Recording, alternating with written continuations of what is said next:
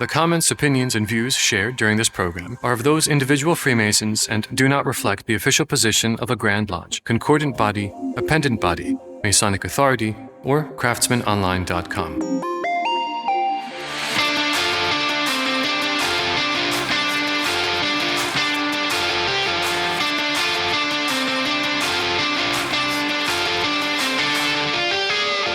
Welcome back to the Craftsman Online Podcast, the only Masonic podcast endorsed by the Grand Lodge of New York. I'm your host, Right Worshipful Brother Michael Arce, and you've joined us for an episode on the Cedars of Brotherhood as we unveil the Grand Lodge of Lebanon. Before we get to our show and our guest, a couple housekeeping notes for you. We do have a Patreon push. We're trying to get 20 new subscribers this fall. And I want to thank one of our latest subscribers, Stephen Brown, who became a $5 member. Thank you, Stephen, for helping support this show and our mission to connect men who have an interest in Freemasonry with our ancient and gentle craft. What does Stephen get? Well, the same things you would get for a $5 Patreon subscription, ad-free episodes, early access, and of course, you get all of our back episodes, and you get the good feeling of knowing that you're helping out our podcast, and we thank you so much for that. Also, a reminder to email your questions into our first listener questions and answers episode coming this October. You can email any question you have about Freemasonry, our podcast, even a personal question. Take a crack at that. My email address, podcast@craftsmanonline.com. Make sure you send it to the right craftsman. Craftsman is a different kind of tool. Podcast@craftsmanonline.com, and we will get your questions answered to the best of our abilities during our special episode next month. I'm really excited for this episode this week, not only to share the story of the Grand Lodge of Lebanon, but also to share this time with our guest. I've had the pleasure of chatting with him at several of the Grand Lodge of New York annual sessions in New York City. He has proudly been representing both of our jurisdictions as the Grand Chancellor. And this week, we're going to get into a discussion on the Grand Lodge of Lebanon, learn a little bit about the history, the culture, some of the complexities that's happening with Freemasonry in a modern society, what inspired Raffy to become a Mason, and what his outlook is for a very bright and positive future for Freemasonry, not just in the Middle East, but all around the world. Please join me in welcoming our very special guest, Most Worshipful Raffy Timonian, founding Grand Master of the Grand Lodge of Lebanon. Welcome to the Craftsman Online Podcast, my brother. Thank you. Pleasure to be here. Just right off the bat, your title is so fun. You're the first Grand Chancellor I've ever met. And your reply was, really? You've never met another one of us? So kind of explain to our listener how that works. It's usually held by a past Grand Master, and it is mostly dedicated to establish and keep and run the relationship that the Grand Lodge you are representing has with the other Grand Lodges. As I mentioned, very accessible. I would encourage any New York brother that's attending our next Grand Lodge session, walk right up, say hi to this guy. He's super friendly and wants to tell you all of the wonderful things about the Grand Lodge of Lebanon, because I think this may come as a surprise. There's a lot of brothers, and I would count myself as one of them. I didn't know about the Grand Lodge of Lebanon until I went to our Grand Lodge session and saw the delegation that was there and started hearing about the story. So let's talk about this, the roots. 1891, the Grand Orient of Egypt. Believe it or not, there was a Grand Orient in Egypt, okay? Which itself was chartered by the UGLE, United Grand Lodge of England. They chartered a lodge called Phoenicia Lodge, which was then shut down due to pressure by the Ottoman authorities. Remember, in those days, we were under the Ottoman whole area. In the year 1900, Grand Lodge of Scotland, who had lodges in the Levant already, they had lodges in Jordan, in Palestine, elsewhere. So they chartered their first lodge called Peace Lodge, number 908, in Lebanon, in the year 1900. In the year 1924, the Grand Lodge of New York established their first two lodges. Now, why? Lebanon hosts one of the oldest universities, American universities, outside the continental USA, which is called the American University of Beirut. That was designed for boys, AUB, that's what we call it. And then they established another one for women. It was called BCW, Beirut College for Women. Okay. Now, naturally, the names changed. AUB still is AUB. Now it's no longer boys only. It attracts people from the whole Mediterranean basin. It's one of the most competitive and the highest respected universities in the whole Mediterranean Basin, including Europe. And BCW recently became LAU, Lebanese American University. Same thing. They have a lot of common professors, common programs, common. So people who were already Masons, who were either the dean or professors who were at the AUB, those are the people who started the first lodge. The first lodge was under New York. Mind you, in 1924, the charter was signed. So which means that these people started their work way before that. Man, there was no fax, no email, right? So everything had to be done by a letter that was carried from Lebanon all the way to New York in a boat, and God knows how long that took. So back and forth for that, or it to be approved, back and forth to be under dispensation, back and forth to be a charter. So the charter was signed in 1920. Syrio-American Lodge speaks in English. They created another one called New York Lodge 1902 that operated in Arabic. All right, so that's the history of the New York lodges. That's how far they go. In 1952, in an effort to govern its lodge affairs, the Grand Lodge of Scotland created two superintendent positions, one governing their lodges in Jordan and Palestine, and another governing their lodges in Syria and Lebanon. In 1955, and this is very important, 1955, New York had enough lodges in Lebanon that they actually needed a body to govern those lodges to make decisions that pertain to the area a bit quicker than waiting for a letter that would take months to go back and forth. The District Grand Lodge of Syria, Lebanon. That was chartered in 1955. So 2010, the Grand Lodge of the District of Columbia, Washington, D.C., created its first lodge. It was called Phoenix 1001. Later, and after the creation of the Grand Lodge of Lebanon, the Grand Lodge of D.C. proceeded in chartering Qadmus Lodge 1002 in December of 2018 and Stedus Lodge 1003 in December of 2021. In 2013, the Grand Lodge of Scotland established a district Grand Lodge. So the Scots, from 1952 all the way to 2013, had a superintendent, one gentleman, one brother, who was overseeing the everyday matters that pertain to the lodges. Okay, so in 2013, they created a district Grand Lodge of Lebanon under Scotland with a district Grand Master that actually was in charge of the local stuff. Just like New York did, only New York did it in 1955, Scotland did it in 2013. So on the 24th of October 2018, with no other Grand Lodge as a Grand Lodge being presented in Lebanon, we created the Grand Lodge of Lebanon. We took 3 lodges from the District Grand Lodge of Syria, Lebanon, 3 New York lodges. Charter was signed on the 24th of October 2008. The Grand Lodge of Lebanon being created did not ask, or nor will it ask, the regular Grand Lodges that have presentation in Lebanon through their lodges. For example, New York Grand Lodge kept its lodges under its district. Okay, Scotland kept its lodges under its district. So did DC. So we have an understanding. There is no one canceling the other. All of us, I'd like to call Freemasons of Lebanon. Each have a jurisdiction that they belong to. They have to abide by its laws, rules, regulations. But each group has its own flavor, like a bouquet. It's amazing to hear that Masonry was in that part of the world in the 1800s, and that some of the lodges that are part of our Grand Lodge of New York through the Grand Lodge of Lebanon are almost 100 years old.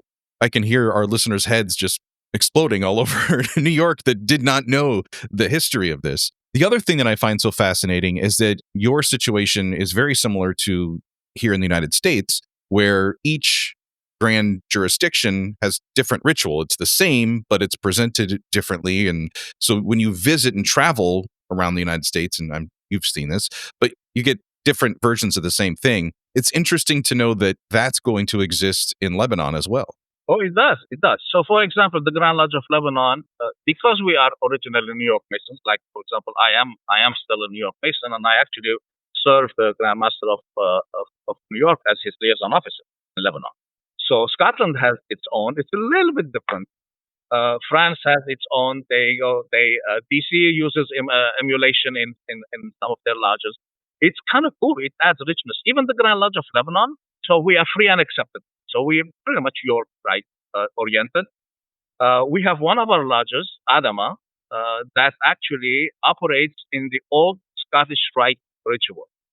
Because the constitution of the Grand Lodge of Lebanon allows the lodges, with the permission of the Grand Master, it allows the lodges to use well-respected and well-accepted rituals that come from regular Grand Lodges. Yes, the diversity, it's the same idea, but a story that's presented in different ways. And, the final product is all still the same thing, which is making good men better. But it's just interesting the different paths they all take to get there. I'm sure the one thing that our listener who's a New York Mason right now is sitting here going, wait, he just said they do New York ritual in Lebanon. So if I was to go visit your lodge, it would be set up, presented very similar to what I would see at my home lodge in upstate New York.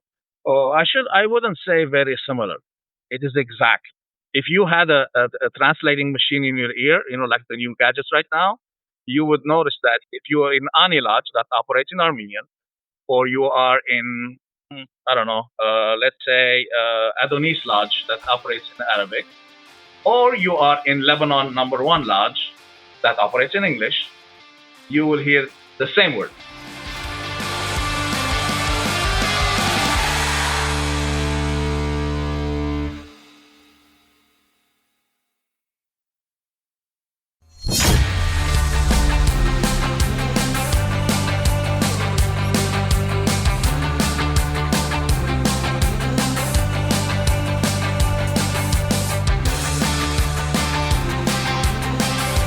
Seems to me, and that's one of the things that, like, if you live in the state of New York and you're a Freemason, go to New York City, you get that metropolitan feel where you have lodges that are, practicing our ritual in different languages, or brothers that across a very wide and diverse spectrum of life that you will meet in a Masonic lodge. Same thing. I live here in Northern Virginia, so I'm also in the Grand Lodge of DC.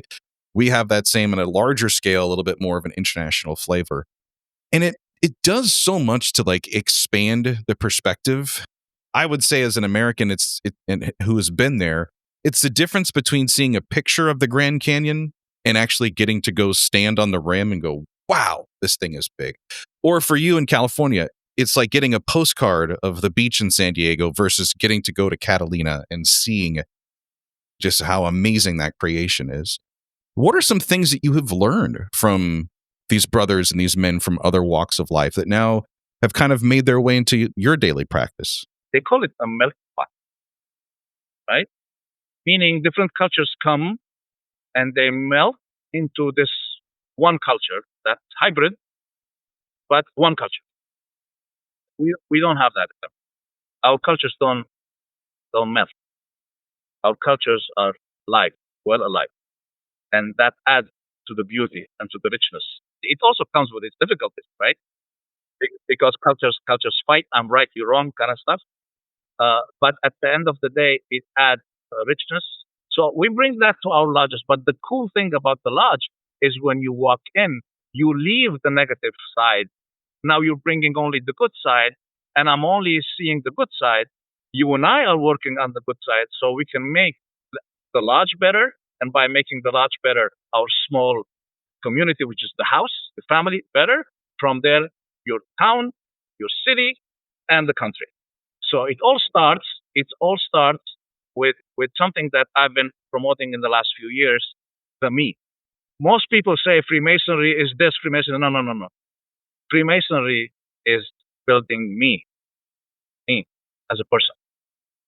I also give example, the airlines. What do they tell you when they drop the oxygen? They tell you, put your oxygen first before helping. Your natural instinct, mostly if the person sitting next to you is your 2-year-old son or daughter. What I'm trying to say is what we are working on in our lodges in Lebanon is strengthening the me, not the ego, the me, the strong me, whereby I can radiate energy positive energy. I can radiate everything that Freemasonry teaches me. I can acceptance, tolerance, prudence, relief, health, all that in me. It has to radiate so my brother can take it. He needs to radiate as well so we can take it to the community. That's what we're working on right now. The misconception in Lebanon was that Freemasons are there to rule. Freemasons are there to help each other. It's natural for you to help your brother or anybody else because Freemasonry teaches us that we are children of God. If you are a child of God, regardless of what other child of God is in his mind, if you see that person needs help, it's your moral duty as a human being under the fatherhood of God to help that person. So it's not your masonry that is doing that. It's you. And you are a Freemason. This is leading right up to the next question that I had. So thank you for outlining it that way, because we were both new at one point, and you put in a few years and then you start to become one of the quote unquote old guys, right? You serve your lodge as maybe the master, or you're tapped on by the Grand Master to be on a committee or in a district or get involved with the leadership. And you really start investing into Freemasonry.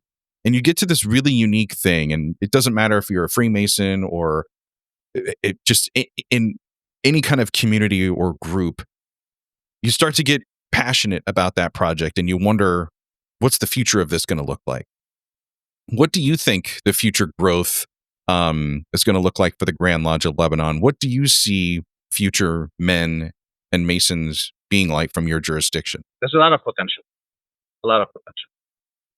What was restricting, so to speak, our potential for a long time was the status of the government of Lebanon and the different factions that were one way or another hindering the progress in the country. We have a new leadership elected, a new president was elected in this past January 2025. We have a prime minister who served as the highest judge he was the highest tribunal in the world, okay? Nawaf Salam, Dr. Nawaf Salam, he actually had to pull himself, had to resign from that position to become the prime minister of Lebanon. We have a group of ministers who are very energetic. So, if the country comes out of status that is in right now and opens up, we have a lot of potentials, and we have a lot of our members right now that had to leave Lebanon for economical purposes because there's not a lot of work. That's the reason why I spend more time in San Diego than I spend time in Lebanon, because there's not much going on in Lebanon right now. It's not big. One of the, I'm not going to say names, but one of the leading engineering institutions in Lebanon, hundreds of engineers, they are present everywhere, including Naomi in Saudi, in the Aqaba in Jordan, in the Emirates, and you name it, they have engineers working on some project all around the world. They have affiliations with the United States companies, big companies. We have at least 10 of our members from their team. So these people are actually bringing Freemasonry into their work through them being Freemason, right? And they're radiating that. So potentially we're going to have a lot more from there. I'm just giving you a small example of what we do attract, because Lebanon needs Freemasons. Because we are a group of people who do not differentiate between sections, between sects, between ethnic or religious backgrounds. We don't care. We want to take you, the person who already understands the relationship between the human being and God, and the human being and the fellow human being. We don't take Freemasonry doesn't say we take men and make them good. It says we take good men, and make them better. So we have a lot of good men in Lebanon just waiting to knock on our door.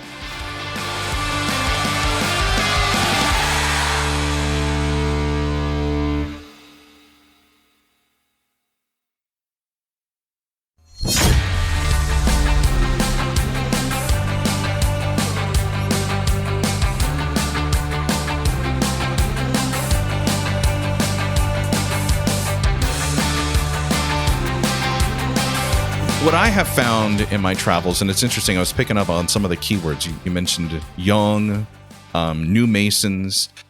I'm going to come back to that. What I'm finding at this point, which is really exciting to me, is that the craft is transforming. We're getting these new guys that are coming into our lodges who are intellectually curious. So they don't think they have life all figured out. They're asking the same questions that the rest of us in the room are there for. They want to be around people different than themselves. They are purposely putting themselves out there to expand their social circle, which is awesome. And the other key thing, however they're doing it, whether it's through sharing what they've learned with others, improving themselves personally, or the old-fashioned getting out in the community and doing something, they're answering this call to serve. They want to make a difference. They're all coming in and going, what's my purpose? How can I do that? And I find that so special about, especially here in the States and even in Lebanon, you have extremists on both sides of issues. It's a very tense and difficult world at times, but yet you have this small band of men who all want to come together and be together and make a difference together. Can you talk a little bit about that, why we are so excited when we have young or men who are older but are new to the craft come and join us? So we have access to this huge pool of people of all ages. So all the lodges, every single meeting, there is a lecture by a young guy who relatively young, I'm talking about young Mason, who brings in some new topic, something he discovered, something he discussed with the master, whatever it is, some Masonic related, and then they bring an older gentleman who represents the history of Freemasonry in Lebanon, who has a lot more miles, so to speak, on him, right? We are a representation of our society, and our society is not just young people. We are attracting young people, yes, but young people are sometimes too fast in what they want. And these days, because of the computer technology, because of everything has to be in a split second, they have to hit enter and see a result. They need to learn that life is not like that. Life is not a hit and enter and see the result. Like, for example, I have a gentleman who I believe he is in his 63rd or 64th year as a New York Mason. He joined Grand Lodge of Lebanon as well. So when I was the Grand Master on his 61st or something like that, I had the guys bring the wife, and I took the lodge on a recess, and I brought the wife in, because what at the end of the day, the family is involved in your involvement, right? If the family is not involved in your involvement, you're failing. The first difference that you're going to make, other than you, is the people around you, your children, your wife, your father, your mother, your immediate family. So it is important for those people to understand that we not only appreciate the husband who is the Mason, we also appreciate the opportunity that was given to the husband through the family. I appreciate you sharing that, and I'm right there with you on the same mindset. When I was master of my lodge, I also had wives and partners stand up and, had everybody applaud them because of them being so generous by letting us have the time of that important man in their life and wondering, where's he going this Friday night? Or why is he blocking out this whole day on his calendar to go to some part of the town that we live in that I've never heard of before? And he's going to go help people and folks I'll never meet in life. And yeah, to your point, it is a community, and we're builders, and we're making a difference. And I love it. We started out as a podcast that was really kind of a New York-centric podcast, and with technology, we are now getting listeners all over the world. And thanks to you, we're going to have some in Lebanon. What do you want people to know about Freemasonry, not just in Lebanon, but as a fraternity? I consider myself the richest man in the world. Not because I have money, because I have a house in almost every town or every city in the world. Who can do that other than a Freemason? You're with me? So I want all the Freemasons of the world to understand the richness of this, what we call values and principles of Freemasonry, because it is truly the essence of what, if we actually live it and practice it, it is what makes us human beings. It is what makes us better beings, so we can make a difference in our society. Not because we're wearing a ring, not because we're going to a meeting. I don't care if you go to a meeting or not. I want you to live as a Freemason. Remember that you're a Freemason every time you shake somebody's hand. Remember that you're a Freemason every time you hug somebody. Remember you're a Freemason every time you sign a contract. Every time you travel. Don't talk to God when you are in trouble. Keep God in your heart and make the conversation between you and God a regular thing in your life. A regular thing. It doesn't need to be in the form of a prayer. Every time you talk to God is a prayer. And God is Freemasonry taught us about fatherhood of God. So keep that in mind. Apply your values, and you're going to notice that you are the most important person in this whole world because you can make a positive. Hey, if you've enjoyed this episode with Most Worshipful Raffy Timonian, we'll get some bonus time with him this Thursday morning. If you are on Patreon, you get it. Get the link to start your 7-day free trial and see if you want to step up and support Craftsman Online on Patreon. I'm Right Worshipful Brother Michael Arce. Big thanks for supporting and listening to this show. I'm already looking forward to our time again together. You get all of those links in the show notes for this episode. Just open it up on your browser, your player, whatever you're watching for. Episode description, bang, you'll see it right there. I'm Right Worshipful Brother Michael Arce. Thank you so much for starting the week with me. Let peace and harmony prevail.